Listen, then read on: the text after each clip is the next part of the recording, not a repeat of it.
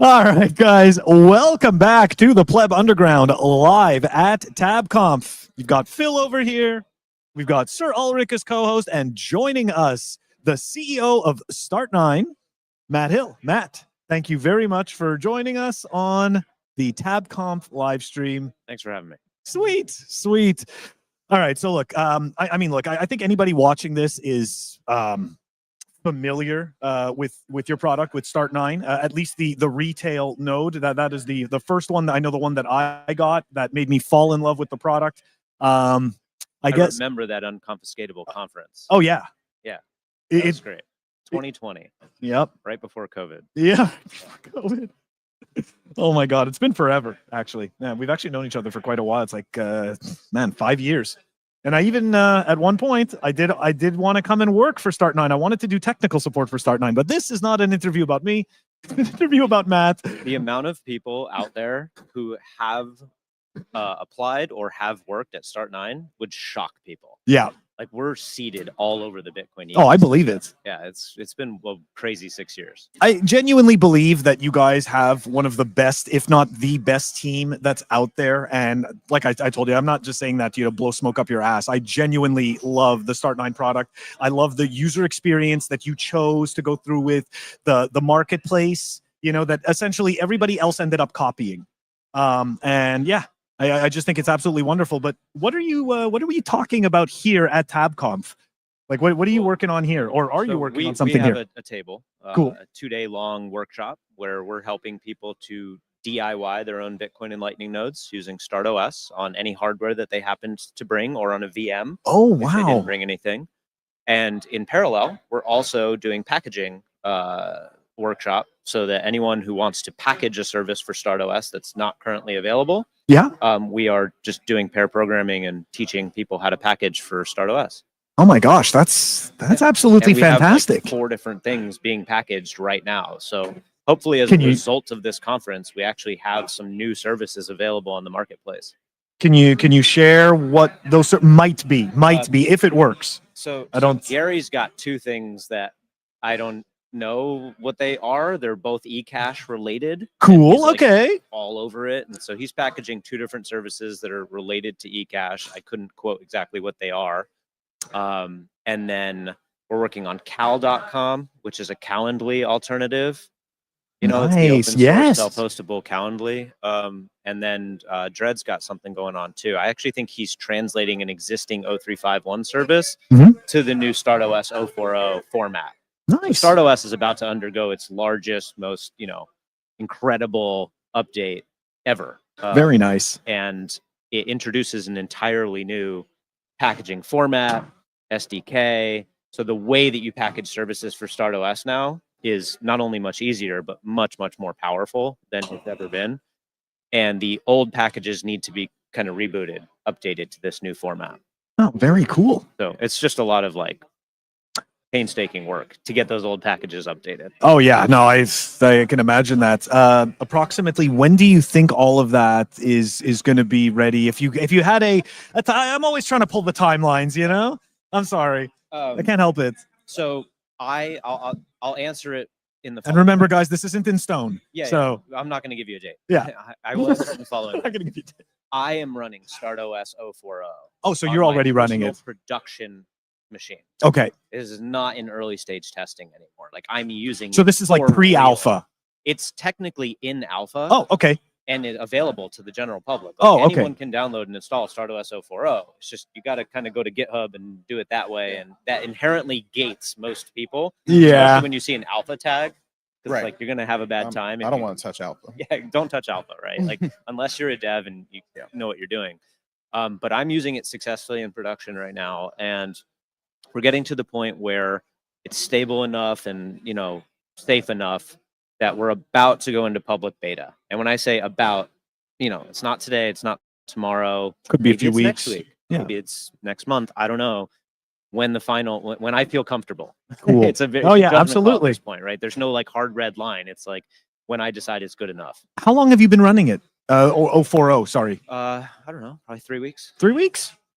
That's and pretty it's undergone 4 iterations during that time. So we're in that rapid final early stage iteration now where it's Mhm. done. 040 is done. We're just fixing all the little pixels now, Yeah. and the wording and the bugs, and it's fine tuning, which is a frustrating time, but also an exciting one because we almost get to celebrate. It's been 2 years in the making. I mean, this is a big deal. 040. It's the home run strip. We rewrote it. It isn't like some improvement to Start OS. We took something that most people around the world would acclaim as like an achievement, Yeah. which is the current Start9 and Start OS Absolutely. experience and software, and we just threw it in the trash. Started from scratch. We just started from scratch. And So I have a question then. I'm sorry, because that brings me that brings the technical support Phil version. So are people going to be able to directly upgrade from Yes. the pre? Nice. yes, which was part of the challenge. This wasn't. Yeah, I was gonna if we say. were just starting from scratch and didn't have current users, it would have probably taken like a year. The whole That makes other sense. year was trying to be responsible Yes. as a trusted entity in the space to do things well, to not create bad experiences or put people's data or funds at risk. Like we needed to make sure that somebody could seamlessly update their current server and all the wide variety of things that they could currently be using it for to Start OS 040 in a seamless, safe, backwards compatible way. Because as a principle at Start9, we never force updates. Mm-hmm. Right? Yeah, I can attest to that. So what we wanted Right. to be the case here is that when you update to 040, if you choose to update to 040, you do not have to update any of your services. All the 0351, the 03, They're going to be compatible. the legacy, they're called legacy packages now, but they'll still run on 040. They're just not going to be able to take advantage of all the cool new features of 040. You can think about it almost like a protocol upgrade. Right? Like the old one still works. That does lend itself to people who aren't continually touching their node on a monthly, weekly basis. They're not tinkerers. It's like, hey, or they're a server and I wanted to caveat that with a question later. But I guess I do want to ask, you were talking about 030, I think, or 03X to 040. And my question from a version control perspective is based on how you're describing 040, it sounds like it could easily be named 10X or 1XX. So my question is, what was the decision to keep that numerology going forward rather than starting at hey, this you say you built it from scratch, why not call it 1.0? Yeah. So this is the 4th time we've built it from scratch. Oh, there you go. That the same logic would have applied to the previous ones. Point. Yeah, that middle number. That middle digit, every time it goes up by a major, right? So 1, 2, 3, 4. None of those were additive. Yes, sir. They were complete rewrites every single time, which you can imagine is very frustrating. You're trying to get there, but you keep circling where you are. Yep. We did happen to improve and add functionality with each version. But what we realized is that every single time, because nobody's done what we're doing, right? There was no roadmap for this. We had to figure this out in real time. And so we built something, and then we were like, okay, well, we had Bitcoin available on the original. There were like 3 services. It was Bitcoin, Vault Warden, and Cups Messenger was our old like Tor-based peer-to-peer messaging service that we built. And then we said, okay, well, we want Lightning. And we had this like moment where we go, to add Lightning, we needed dependency management system built into Start OS. But then we said, there's going to be multiple Lightning implementations. There's going to be for Lightning, Rust. And so we need a dependency management system that is agnostic as to the dependency, right? That multiple dependents can connect to the same dependency. So we scoped out this whole thing. We were like, well, there's no way to add this onto the thing that we just built because we didn't build it to accommodate that. It's like building a foundation for a house that's 10 by 10 and realizing that you need a 20 by 20 second floor. And you're like, well, the foundation's not right. It's not going to support this thing. So we rebuilt the foundation and then we built the second floor. And then we went to build a third floor. We're like, oh crap, the second floor doesn't support this. We need a different second floor. And then we were like, wait, the foundation doesn't support that. Floor. So we had to do it again. And that was 03. And then this happened again for the next floor up, which was networking, right? So the big story of 040 is networking. It's how you and others connect to the things that are running on your board. We needed to break out of the local area network and Tor. We needed to break into peer-to-peer protocols and VPN access and most of all, ClearNet hosting, the ability to put your service interfaces on the public internet at standard .com, .net domains. Yeah. And so that was the big to do for 040. But then we realized, well, to do that, we need this basis. And to do that basis, we need this foundation. And we don't have it. So let's tear the whole house down again. And we think that we don't need to do this again. Like you know what I mean? This is the base now. The final base. Yeah. And now we can just build on it. We can build a whole computing paradigm on the basis of 040. And the reason we're not calling it 1.0, because it would logically follow that it should be, is that I'm not certain of what I just said. That's right. It's like we think Fair we enough. got it right. That's right. Yeah. But maybe when it comes time to integrate home smart devices like cameras and doorbells, we're going to realize that, oh crap, Yeah. this other abstraction we messed up, and we have to go tear it 6 layers deep again. I don't want to have to revert 1.0 back into beta. That's right. Mhm. So we will stay in beta until enough time has passed to prove to us that we're done tearing out the foundation. I think we're done. We've talked through the IoT stuff. I think we nailed those abstractions already, even though we don't have the products. Well, I can tell you right now, which of course I'm not running 040 yet, but I will be. And I can say this: my current experience with your product, I have been using it now for, I remember when you first came out. From the beginning, right at the beginning. Yeah. So I've been using it since then. I've gone through multiple upgrade iterations. I've installed multiple services. I've uninstalled multiple services. I honestly, I have not had such a seamless experience with a node. And I've used Raspberry Blitz. I built my own Raspberry Bolt once upon a time as well, right? Compiling the source. I've run a Casa, right? The original Casa node. I ran.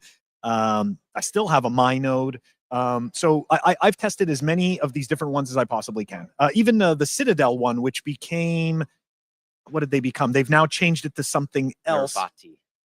Nervati, exactly. So it's not, I don't think it's actually available yet. Oh, I don't think so. I think you're right. But that's Aaron Dews. Right? Yeah. Ex-Umbrel, excommunicated. Yeah. For criticizing a customer or something. I don't remember all the drama, but I don't know. Anyway, but yeah. Very smart guy. Tried all of these different ones, right? And of course, it's just getting an idea of the feel. And I can honestly say that Start9 has the it has like everything. It's got the curb appeal, it's got the UX, it's got the actual in terms of upgrading, right? I've done now, I think, at least 2 or 3 upgrades. I know I did one major upgrade that I remember. I don't know if it was from version 02 to 03, but that was a big one. Yeah. Anyways, it was seamless, man. Everything just worked. And one thing that I really appreciated, which I don't again, I think that this would be more of an end user thing. I really appreciated the instructions and what you did to get people to load the SSL certificates so that way they could just easily connect to each of the services without having to go through and figure out how to do it themselves. Like, you provided proper instructions. Are you using Windows? Are you using Linux? Are you using Mac? These are the instructions you guys need to follow. And it worked seamlessly. And as a tech support guy, I can say it does not happen often that things work seamlessly. We realized early on, so when we were starting Start9, we had to ask ourselves the same question that so many teams, the states even call them companies, but people getting together to build stuff have to figure out, which is here's the riddle: how in the open source, decentralized world do you make money? Yeah. Right? Like, if you're not easy, write a piece of software that's fully open source, how do you pay your bills? How do you eat? Right? By what mechanism? And the answer traditionally has been fourfold. Okay, there's 4 ways that you can make money in that space. One is hosting. You can write open source software that could be self-hosted, but you know that people aren't Linux sysadmins, and so they'll just pay you to host it on their servers. So you actually are a VPS provider, a bespoke VPS provider. This is actually a very common monetization strategy. Number 2 is support. So you give away the software for free, but then you say, hey, you might have trouble using this. We have a great support team. And, it's primarily enterprise. This is like businesses that would pay, a huge amount for support. Number 3 is hardware. So you sell a piece of hardware that, has the open source software pre-installed. And number 4 is you monetize through a gimmick, some sort of like a shitcoin, right? You like imbue the software with like a utility token or something, which obviously undermines the efficacy and soundness of the product itself, and so is ultimately just a scam. I have yet to see a counter example to that. But anyway, we asked ourselves this question: well, how are we going to make money? And we decided that we would combine a couple of them. So hardware, which is today our bread and butter. Like that's how we make money. Is we write an open source operating system and we just pre-install it on quality hardware that we warranty. And we sell for the sake of convenience. And then we provide incredible customer support and documentation along the way. And we realized that the only way that you can defend that business model, because anyone can enter, there's no barrier to entry. Anyone on earth could just be Start9 tomorrow, right? You could just, well, they're gonna have a little catching up to do, man. Well, on what front? What are they actually catching up on? It's us. It's our brand. It's our people. It's our devotion to quality, excellence, and support. And so when you say, you know, you've had a good experience, like our documentation is accurate. If you have a question, you get help. The devices themselves come cleanly packaged and work and are warranted. These are all it's the only defense we have. I view it almost like the hamburger industry. There's nothing that stops somebody from coming in and like making a hamburger. There's no IP, no meaningful IP. That's right. You're an integrator of the Start9 component. Yes. Yeah. There's nothing that's the hardware free. And the hardware is nothing manufactured. Of course not. We're white labeling That's stuff. right. You know, like we don't make our own boards yet, right? We'll have to eventually to get some of those margins back and to produce at scale. But yeah, all we have is our reputation and our commitment to quality and excellence. And so it's a mantra at the company. Like we don't mess around. You know, somebody has a question, they're getting an answer fast. Or you're going to hear from me. But you know, it is like and I can confirm that. Sorry, go ahead. No, it's okay. You know, the crypto industry, the Bitcoin industry, a lot of the failures or a lot of the shortcomings comes in that engineering development phase of operations and support.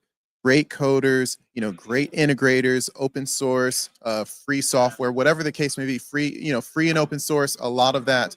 But then after it's out into the market, then it's like, hey, how do I knock, I need help. I mean, even from a crypto exchange, the mature exchanges like Coinbase, for some reason, they haven't been able to provide support to their users, and they've been around for a decade. So then comes Start9, 6 years. I also run their server for my node, and it's like, do you have two fans? As far as I'm concerned, the documentation has been all I've needed to run my node successfully.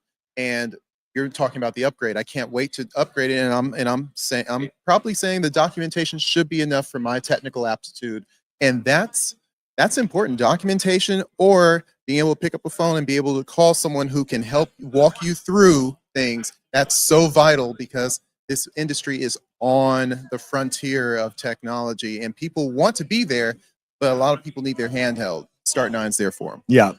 You know, our documentation, just as an FYI, is solid, right? Like we try to keep it up to date, clear, accurate. We also threw it in the trash. I kid you not. We literally rewrote the entire documentation from scratch. Yes, a few sentences carried over, even some kind of architecture carried over, but I audited every single aspect of it. I did. And not only that, but we moved over to a new technology. We're using MD Book now, which is a really clean way to deploy documentation. And so it's also really easy for like AIs to scrape. So part of this move was an anticipation of people, which we're already seeing more and more of instead of going to our documentation, they're just going to ChatGPT. They're like, hey, I got my Start9. How do I set it up? And I'm like, oh, this is genius. It's a thing. I don't know how I feel about it, but the fact of reality is that most human cognition is about to be outsourced to these mega AIs. Agreed. And unfortunately, if those mega AIs do not understand you and your business, you're gonna like it's the new SEO. Okay, it's not SEO. Search engines are becoming obsolete. Yes, it's AIs are taking over how humans interact with the internet and computers in general. Like AI is going to be the first stop. When you go to visit a website, you might not even type in the website into a browser. No. You might just go to your AI and be like, I want to go to this website. And if the AI does not know, like, That's right. you could disappear as a business as a result of this if you're not on top of it. So we are getting ahead of this because we know tier 1 support, whether we like it or not. Going through OpenAI and Grok, XAI, they have just stepped in and been like, we are your tier 1 support now. and it It's totally like the makes old sense. meme on the ship, like, we're tier 1 support for you now, whether you like it or not. So they better be well informed.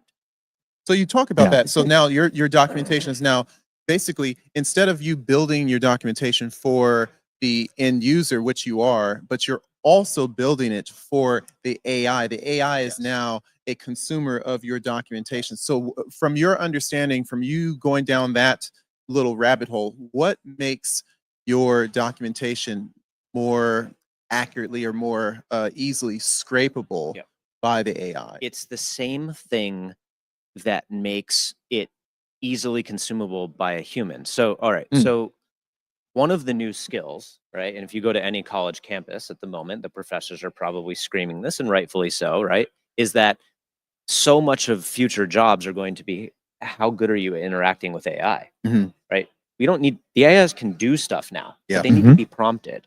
They need to, there's like in my own interactions with these LLMs, what you put in is what you get out. If you ask stupid questions, get stupid answers. Play stupid games, win stupid prizes. But if you ask it good questions, if you are clear with your language, basically the ability to use language precisely is a superpower. Oh, absolutely. Engineering because detail. AIs use language precisely. These are gonna Choosing the right word, angry or furious, can be the difference between getting the answer you want and not. Yes. And so that's why I did our new documentation. This was not something that we just outsourced. I was very precise with the language, with the flow, because I was like, how would an AI read this? Yes. If I'm a computer, right? Because that's how you want it to answer. It just so happens, and this was nice to realize, is that when you're writing something, when you think about it that way, like, okay, I'm talking to a dumb machine. That's going to take everything I say literally. So I need to be really clear, right? The flow needs to be exact. The language needs to be exact. It just so happens that that also works for people, right? So yes, it does. That's right. AI, you're actually playing to like the lowest common denominator of humans as well. Yep. Because these AIs basically are dumb humans that know everything. Yep. Right? They're like idiot humans that have infinite knowledge. Useful I know idiots. That's a weird kind of like. No, it totally makes sense. They're useful idiots. Yeah, they're right? useful idiots. Really useful idiots. And so when you write documentation, it's like write it for that, and it'll appeal to both humans and AIs. Yeah. So I think our new documentation is awesome. And we haven't, we're going to unveil it along with 040. I'm excited. I'm excited for 040. We've got some comments here. We've got some comments from the live stream. Z Logic is saying, thank you for your work at Start9. Super cool that you disable the Intel spyware on a chip level. Very, very nice. What else do we got here? There's Brian F. at Bitcoin Nashville in the Bitcoin Veterans Room. In the bowels of the conference center, Matt spoke with a table of about 7 people that had no idea what Start9 was or offered for an hour. Thank you. That was fun. Yeah. And Max Trotter said Start9 support is second to none. Yeah, I can definitely agree with this stuff. I love the love. See, there you go, man. This is good stuff. I mean, last year I interviewed Matt Hill when I was doing a podcast for Coinbase, and a lot of me learning about what Matt was about was watching his visit to the Denver Bitcoin meetup. I think it was Denver. It was one of them in Colorado. I want to say it was Denver, and sat there for multiple hours and just broke down the value proposition of his company, like its history, all types of things. So Matt will get to the nitty-gritty in detail, just like his documentation. He will take you through step by step and be absolutely clear of the message he's trying to convey to you. So a very good communicator. We're happy to have him on the Pleb Underground. Go ahead, Phil. Okay. We're gonna dive into some more general questions here. This is some stuff I was going through, and let's dive into it. So, what is the single biggest misconception that like the average user has about running a Bitcoin node themselves? Like, how does Start9 make it really simple to debunk that, right? To debunk these misconceptions, because I can tell you from my experience, right? When I speak to a noob and right away, like they start asking me, so how do I get involved? I'm like, well, one way that you can do this is, you can run your own node, and then immediately I get this glass-eyed like, what's a not node? that or not anything but that. That's too technical for me. No, I wanted to make money. Yeah.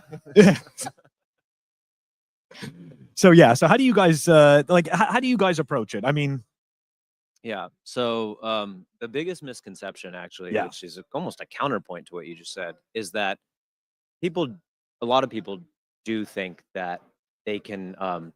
We get this phrase a lot. I want to run a node to help the network.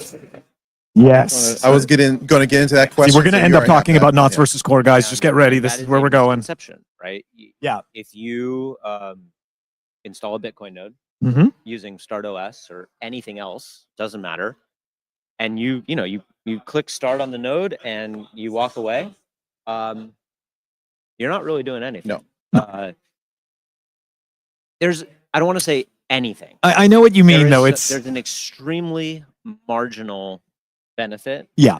Purely altruistic marginal benefit to the network. If it's fully archival, you can help new nodes bootstrap. We don't need that. There's lots of archival nodes. So adding another one does not help data redundancy in any meaningful way. Number two is if your node is running policies that filter transactions, it would participate in that, but that's a whole rabbit hole of, does it matter, right? Right. Does an unused, if a node is unused, does it actually filter a transaction? It's like, it's the tree. Yeah, exactly. And even if it is used, you can debate that, which we have been. Yeah, exactly. I think that's been the crux of the 90% of transactions, right? They will just go around those filtering nodes. Yeah. Continue. I'm sorry. So the biggest misconception is that people do think that just by showing up, clicking install and clicking start, and then going back to their lives, that they are somehow like making Bitcoin better, and you're not. So I encourage people to move past that misconception, but to run a node. I'm not telling you don't run a node. I'm telling you, but do it for yourself. Your node. Yes. Like, validate this your is own what people don't get. Hit start and walk away. You need to use it.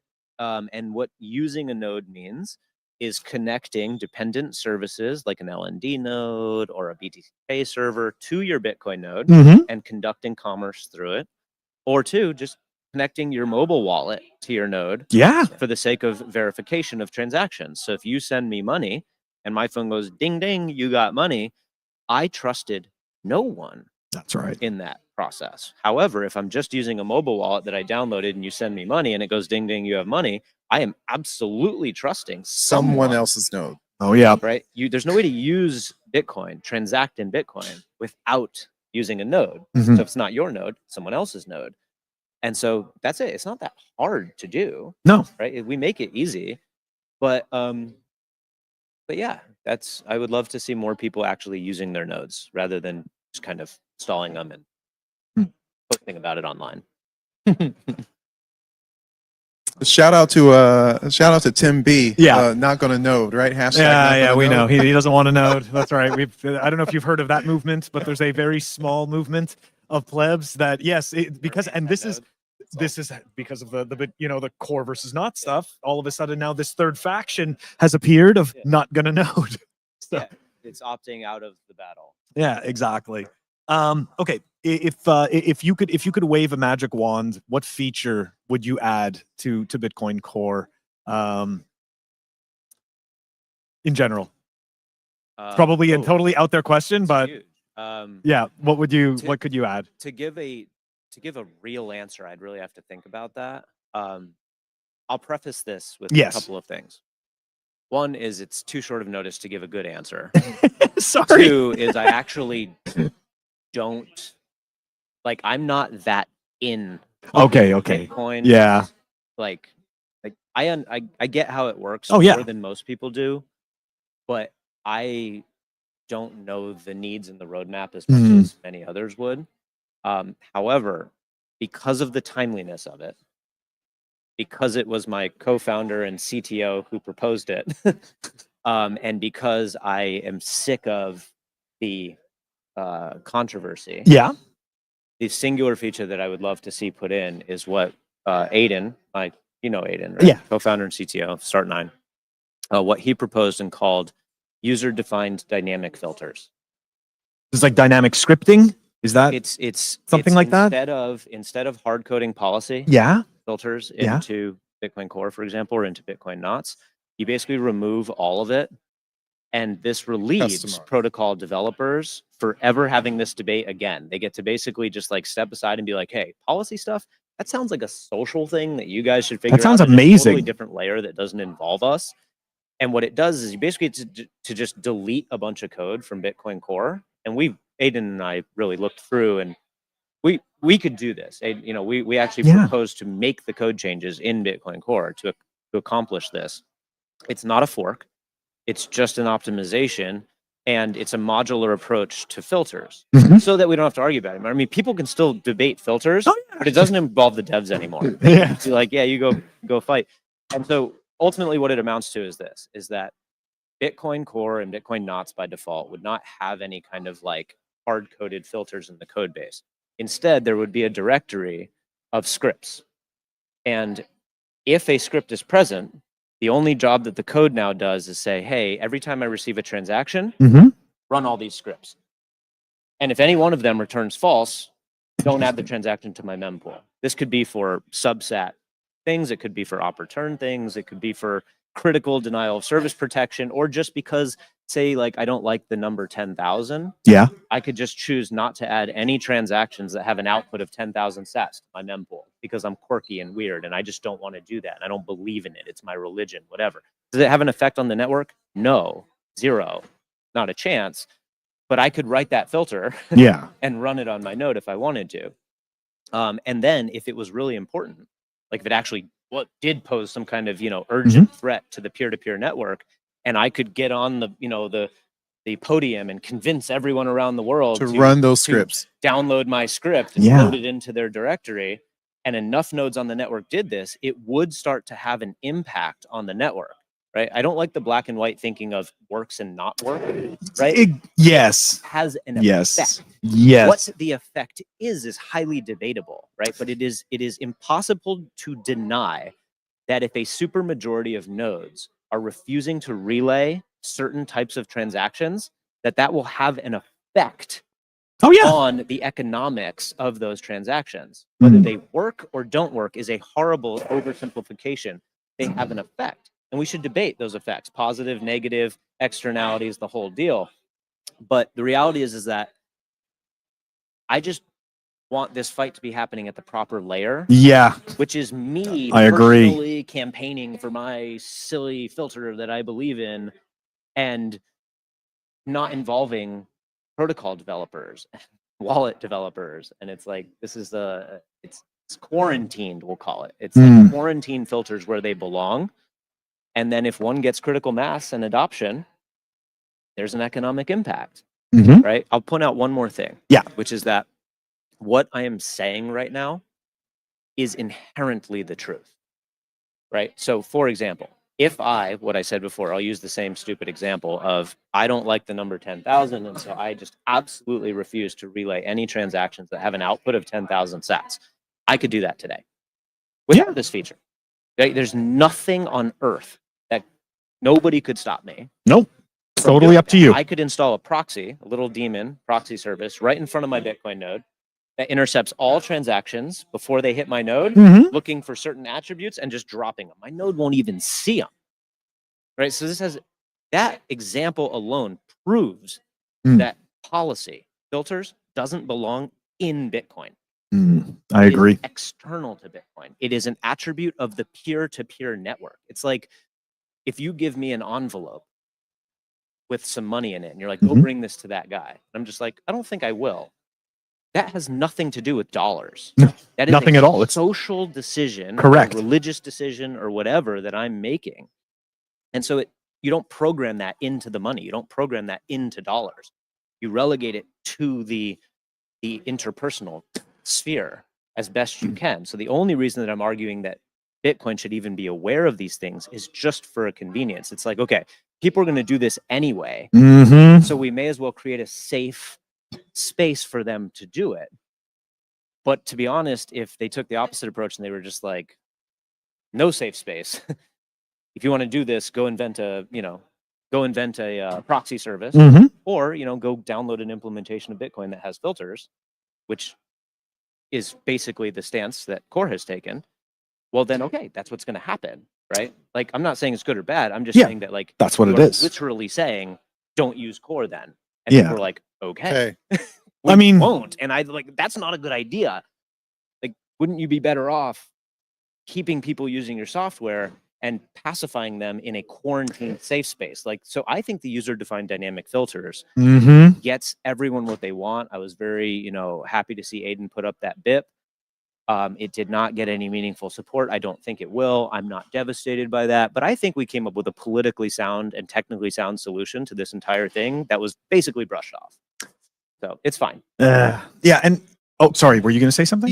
He mentioned politically sound, and Matt spoke to me yesterday, giving a political analogy for what this, like, basically describing this governance structure or this implementation solution from a governance standpoint. And if you could maybe, in short, because Phil has many other questions, could you kind of describe that governance analogy to, like, where does this rationale come from? Where does this like this philosophy come from? Like, I guess pushing off the authority to the closest to the individual as possible. Yes. So yesterday the analogy that I gave is that, let's say you have a federal government, right? The largest governing body of a given segment of humanity, a population, a nation state, and people are divided on an issue. Okay, half the population wants abortion, the other half doesn't want abortion. This is a horrible thing. Going down a terrible topic. You know what? It's actually very aligned. Okay, half the population wants, half the population doesn't want. In those types of scenarios, and this is like written in the Constitution, this is actually the procedure that is defined, is that you don't make the decision on behalf of the population, thus dividing the population, alienating 50% of the people, right? Only in a supermajority scenario should there, like, everyone agrees, should something be sort of encoded, right? Yeah. In any contentious debate, you abdicate. You go, okay, let's leave it to the states to decide, right? Like, let's let the states decide about this. And the reason for that is because it is a lot easier to move from state to state than from country to country. So if you're in a state and the state makes a decision that you disagree with, you can move. Jurisdictional arbitrage. Exactly. So, but moving from state to state could even be cumbersome. So if it's too contentious at the state level, meaning you're in a state that is divided 50-50, you might be in a state where it's like 99% agree with one thing. Well, great. That's the state for that. That's what states are for. That's why we don't just have a single country, but we have a union of states. But for most states, I believe it would also be contentious at the state level. So what do? Advocate and push it down to the city localities, level. cities, and now cities can decide, because it's really easy to move from city to city. Oh yeah. Right? But even if a city's divided, push it to the neighborhoods. Right. Anyone who lives in this neighborhood is pro-abortion. Anyone who loves that neighborhood is not. And it's like, you just have to go down the street. And if a neighborhood can't decide, because you literally have neighbors at each other's throats, well, then you just let individuals make decisions for themselves, like good old-fashioned human beings living their lives. And so that is the process. And what has happened with this filter debate, we've become so addicted to central authority that you have authorities stepping up and trying to decide for everyone. And our Aiden solution, our thing that we proposed was, well, let's just let the nodes decide what the filters should be. Why is Core thinking about filters and why is Knots thinking about filters? Just equivalent to the individual in this nodes analogy, are the sovereign entities on the network. And so if I write a filter, a script, a simple script Mhm. filter, and I am like, oh, we all need to run this, filter because it's gonna protect the network from denial of service attacks, and it's gonna keep, horrible content and spam out of the chain, whatever. Whether I'm right, wrong, or upside down, it doesn't matter. The point is that if I can convince everyone, then it will start to have an effect on the network. And if I can't, then it's just me, making a personal decision about my node and my life, not hurting anybody, not causing any harm. And the developers literally never have to participate in the discussion. It has nothing to do with them. This is a social layer. And so again, I think it was viable. I agree. I gotta say, I think you make great points. I really appreciate your framing about where that conversation should be taking place. So I've been paying attention to this argument, obviously, this discussion from what I would say is the beginning, so to speak. But in my eyes, I've drawn a line in the sand, and I'm saying the beginning was the activation of Taproot. That was just where I draw the line in the sand, because at that point we started to see a lot of rhetoric around running knots as a way to fight ordinals and stuff, back then. So that's why I started it there. Sorry, go ahead. Well, yeah. So there was just a small piece that happened slightly. Oh, okay, yeah. That when the ordinal, even the witness discount, and then later, yeah. Ordinals, oh yeah, that's right. The witness discount that you could, So like ordinals is that's a big piece. Taking advantage of that. Yeah. Luke put up a PR to Bitcoin Core to apply the data carrier size limit to the witness discount. Okay. Amongst other ways of mitigating these, obviously kind of, bad type of scammy things that were taking place. Like nobody really wants spam. I shouldn't say no. Some people think spam is better than empty blocks. I disagree. Yeah, that's that's the argument I've heard, right? That it creates a floor. I don't. I know. Empty. It's okay.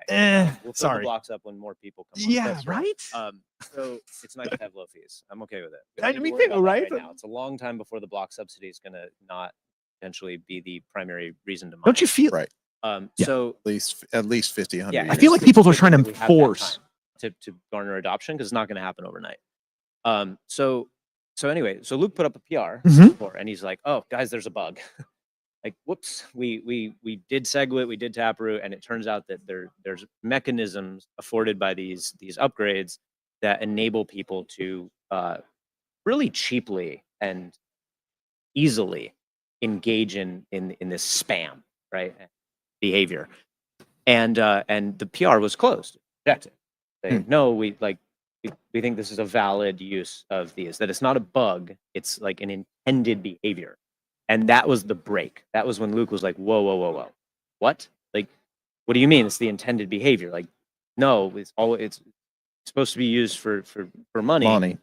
And yeah. Even that includes like pegging in for L2s, right? That includes like storing hashes that allow L2s to spawn off of the main chain, etc.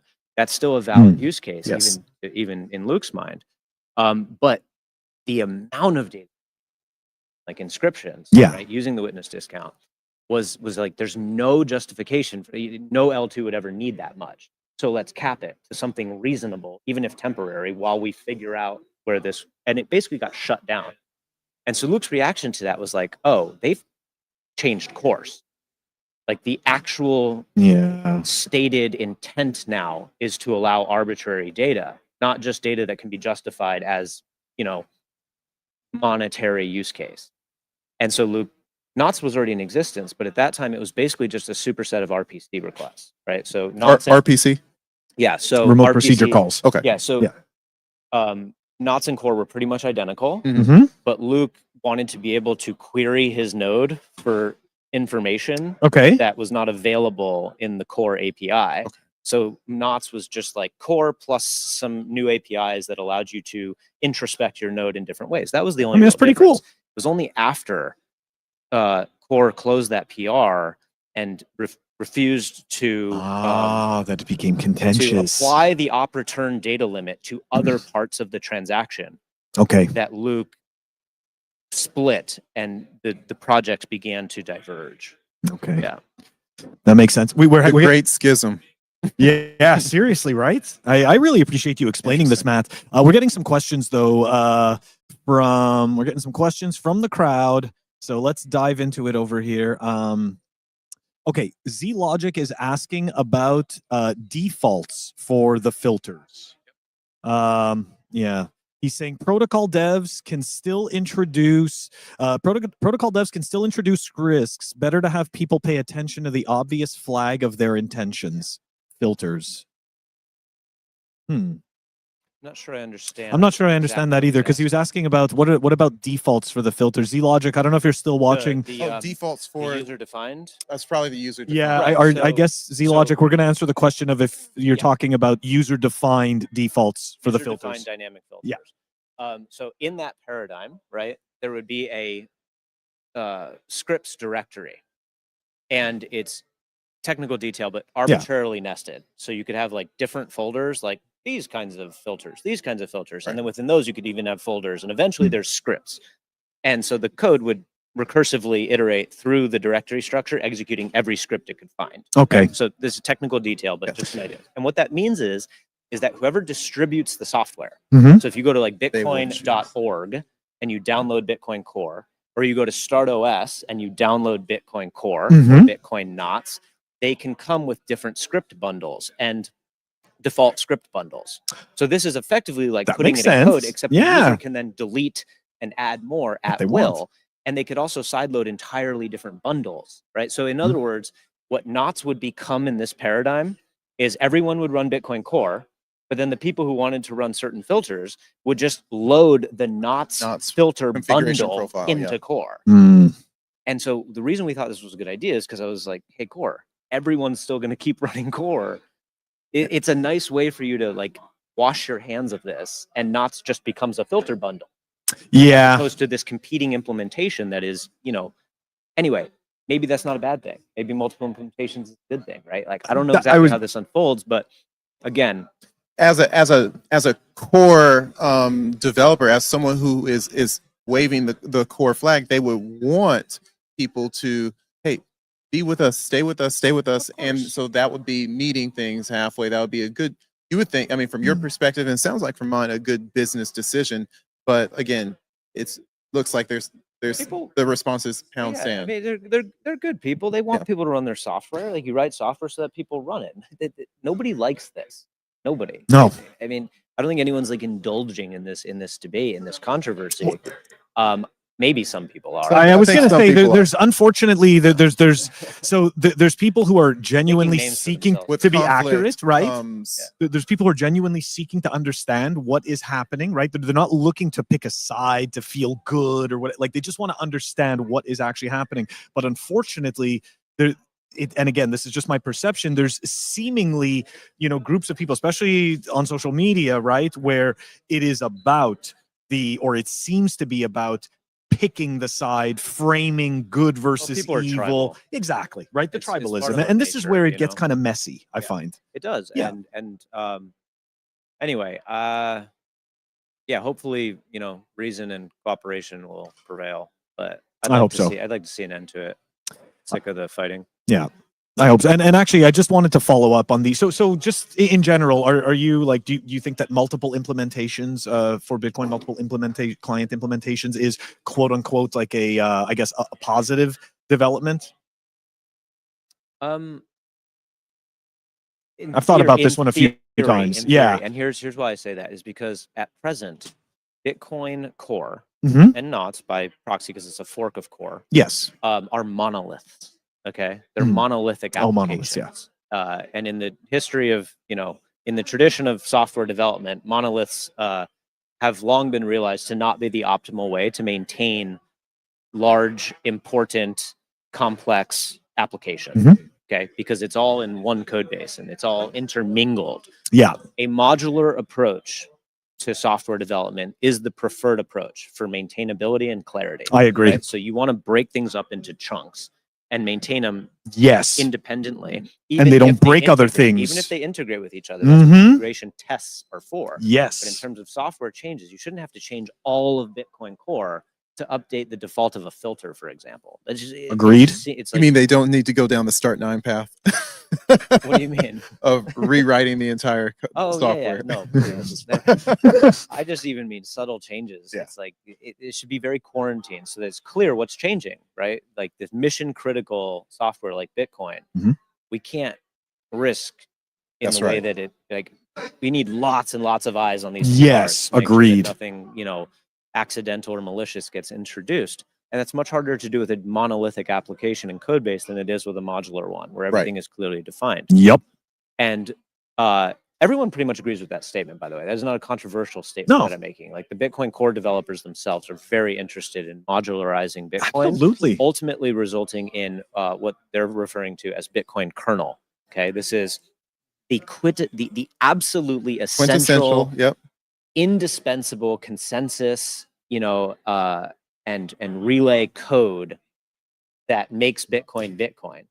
What we call it call in Bitcoin religious circles essential doctrines. Yes. Yeah. Right. The core of what makes Bitcoin Bitcoin would be called Bitcoin kernel or similar. Yeah. And maintained. And that's basically what they would maintain. Now they would also, right, there's all these modules that plug into it. But now multiple implementations is less scary because everyone uses Bitcoin kernel. So I'll put it this way. I do not think that there should be multiple implementations of the essentials. Bitcoin kernel should be a singular project that everyone is running because consensus is a necessity. Yes. Breaking consensus causes chaos in the financial world. And so, but all the other stuff is less critical. Like, oh, if there's a bug there, the world doesn't end. And so I would love to see experimentation and other implementations galore. Yeah. And I personally believe that policy, right, filters is an easy one to carve off. It's like, if everyone wants to go in this direction anyway, let's start shaving things off that are non-essential. Yes. And putting them into their own modules where they can be quarantined and dealt with safely. Are people actually working to shave off the monolith? Because it seems like, again, 16, 17 years of code from, pre-Genesis block, they weren't using MOSA, so it's like, when do you start turning that Titanic to say, and it's not even turning a Titanic, it's literally cutting off parts of the ship in order to build tiny little ships that are tethered to that big one. I don't know. I'm not plugged into the development roadmap, Bitcoin Core. I know that, or I think, okay, I don't want to speak too authoritatively here, but I'm pretty sure that the majority of the people contributing to Bitcoin Core agree that this is a desirable end game for architecture. But I have no idea how much they've taken those practical planning or measures have been taken to actually make it happen, because that is not fun. No. That's not new features. It's more kind of, necessary dirty work that some people like doing, right? And would love the notoriety of having been the one to really push it forward. And so I'm not saying that there's no attractiveness to it. I'm just not sure how it compares to like cool, like cutting edge things, right? Covenants, and it's just everybody's excited about covenants. When they're talking about the programmable money, they're talking about the future of programmable money, not necessarily let's go back and sweep all the it's not even cobwebs, it's concrete. And cutting away that concrete.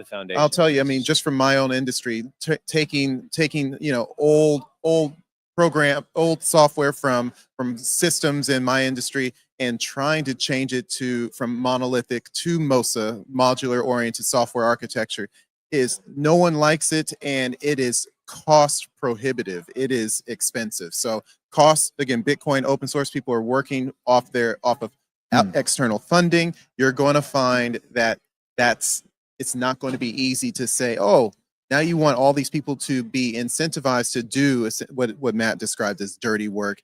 So people, as we're talking about this, understand that is probably likely a long pole, nice to have, because you got to get enough people to want to work on that.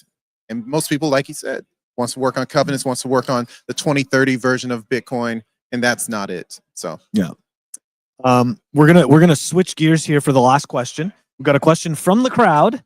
Max Trotter is asking, is there any news on the Start9 router? Yeah, sure. I remember this. So the router, like 040, Yeah, is going to break people's brains. I can appreciate It's that. going to exceed your expectations, even if you have now just updated your expectations based on new things. Oh, It's well. still Exactly. going to exceed them. The router is going to be a killer product for us. We have a recent change Mhm. that is really, really cool that we are not prepared to announce today. But there is news coming about the router that is going to be very, very welcomed by anyone who is anticipating it. And so I'll leave it at that. Okay. There's a big bomb drop coming about the router. But in terms of just general progress, it's looking good. We've been coding it now. As soon as 040 is out, which was, you know, a shit show, like took way longer than we thought. It was just a huge undertaking, and it's the absolute elephant in the room of our team and of the company and of the sovereign computing world we're trying to help build. Like 040 needs to get out. It's time.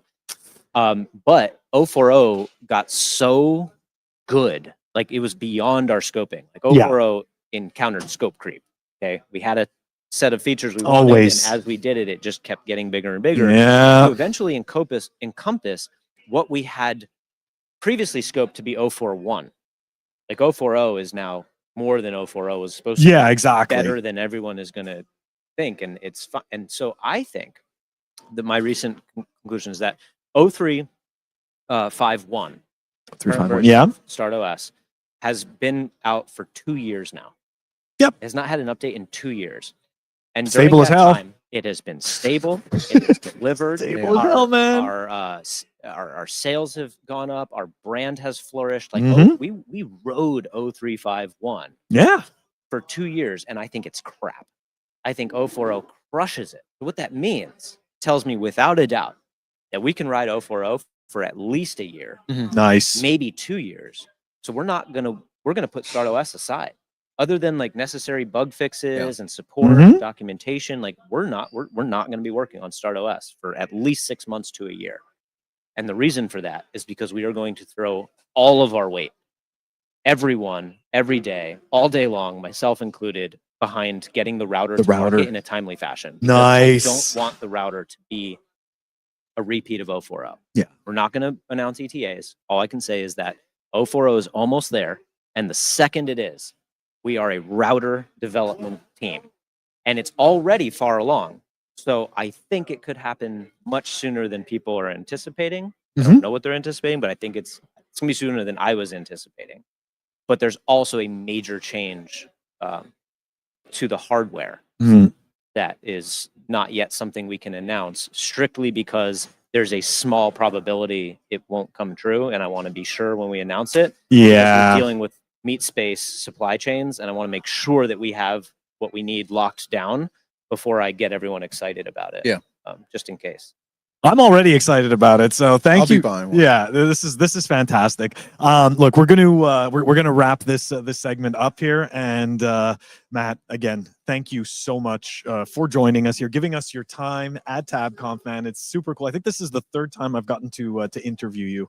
So it's always a pleasure, man. Every time I speak to you, I'm like, you know, you make me bullish, you make me more bullish. So I appreciate it. Great to hear. Yeah, Thanks man. for having me on, both of you. Absolutely. Yeah, appreciate it, guys. So have a great rest of the conference. And if anybody wants to find anything out about Start9, where can they go? Start9.com. Start9.com, guys. That's right. Or Ask AI. Or Ask AI. That's Hopefully right. It's not us. Good stuff. Good stuff. All right, guys. We are gonna see you. We're gonna break for lunch, and we are gonna see you guys back here in a little over an hour. And yeah, we're gonna have another guest join us to blow our minds and to get everybody bullish on the Bitcoin hopium. Let's do it, guys.